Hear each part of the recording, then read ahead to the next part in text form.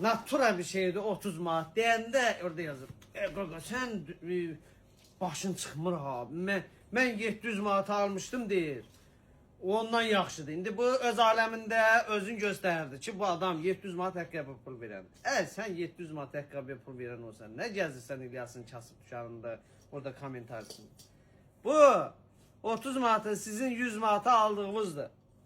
Bunlar dəmiz dəyəridir. Bax görsən. Mən iş görürəm.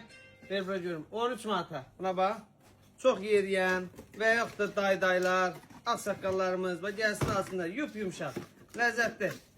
Qaloş elə 10 manatdır da. Qaloş indi neçə daha şey. Vəssalam. Qaloş neçədir? 8 manat 10 manat. 8 manat 10 manat. Qaloşdan ki qəşəng. %25-30 manat alıcı qoymuşam 13 manata da. Bax milçandıran əvəzinə də ala bilərsiniz. Yine bir temalarımız var. Gel bura. 13 manat. Güzellik. Görürsünüz. Hem 30 manata var hem 13 manata var. Buna bak 30 manatla ne fark var bunun? Bir tane bu fark var da altlıq fark var. Qalan dəyəri də fərq.